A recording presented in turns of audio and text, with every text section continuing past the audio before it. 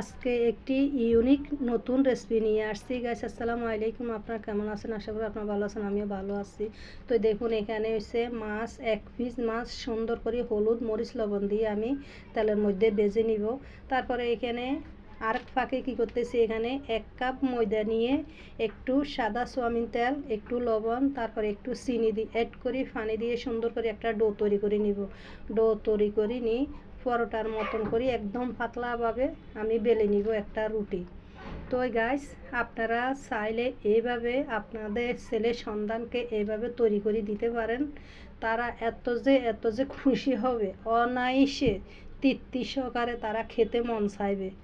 আর তারা আর কোনো বায়না করবে না, তারা কোনো অশান্তি করবে না। আপনারা যদি এরকম একটা রেসিপি তৈরি করে দিয়ে আপনার ছেলে সন্তানের সামনে থালসহ যদি সাজায় আনি দেন, তারা মাশাল্লাহ অনেক অনেক খুশি হবে।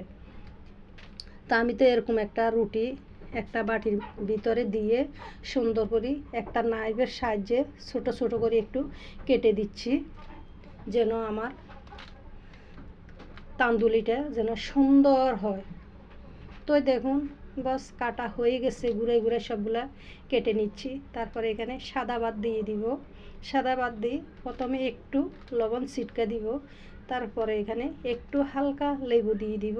লেবু দিয়ে তারপরে এখানে আমি কিছু এখানে মাছ রান্না করছি, মাছ দিয়ে দিব, ডিম দিয়ে দিব, একটি আলু দিয়ে দিব, তারপরে উপরে আবারও কিছু ভাত দিয়ে দিব।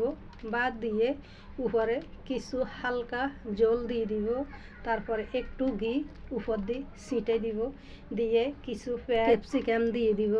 তো দিয়ে এখানে সুন্দর করে আমি এটারে একটু ডেকোরেশন করে নিব। তো এখানে একটু ঘি দিয়ে দিব, দিয়ে একটু আবার মাছের একটু জল দিয়ে দিব। তো আপনারা এরকম সুন্দর করে সাজিয়ে গুজিয়ে যদি আপনার সন্তানের সামনে যদি আপনার আনি দিতে পারেন, মাশাল্লাহ মাশাল্লাহ তারা তৃপ্তি সহকারে তারা পেট ভরে তারা অনায়াসে খেয়ে নিবে, আর কোনো বায়না করবে না আপনার সামনে। তো আজকে আমার মেয়েটা আমাকে অনেক বায়না করতেছে, তো আমি কি করব, মেয়ের রিকোয়েস্টে এই সুন্দর করে আমি আমার মেয়েকে আমি তৈরি করে দিলাম। আমার মেয়ে মাশাল্লাহ অনেক সুন্দর করে পেট ভরে এ তান্দুলি ফিশটা অনায়াসে আমার মেয়েটা খেয়ে নিছে, আর কোনো বায়না করে না, কোনো কিছু করে না। আমি তো দেখে মাশাল্লাহ অনেক অনেক খুশি হয়েছি যে মেয়ে এত অশান্তি করে ভাত খেতে চায় না, সে মেয়ে এত বড় তান্দুলি ফিশটা খেয়ে ফেললো অনায়াসে।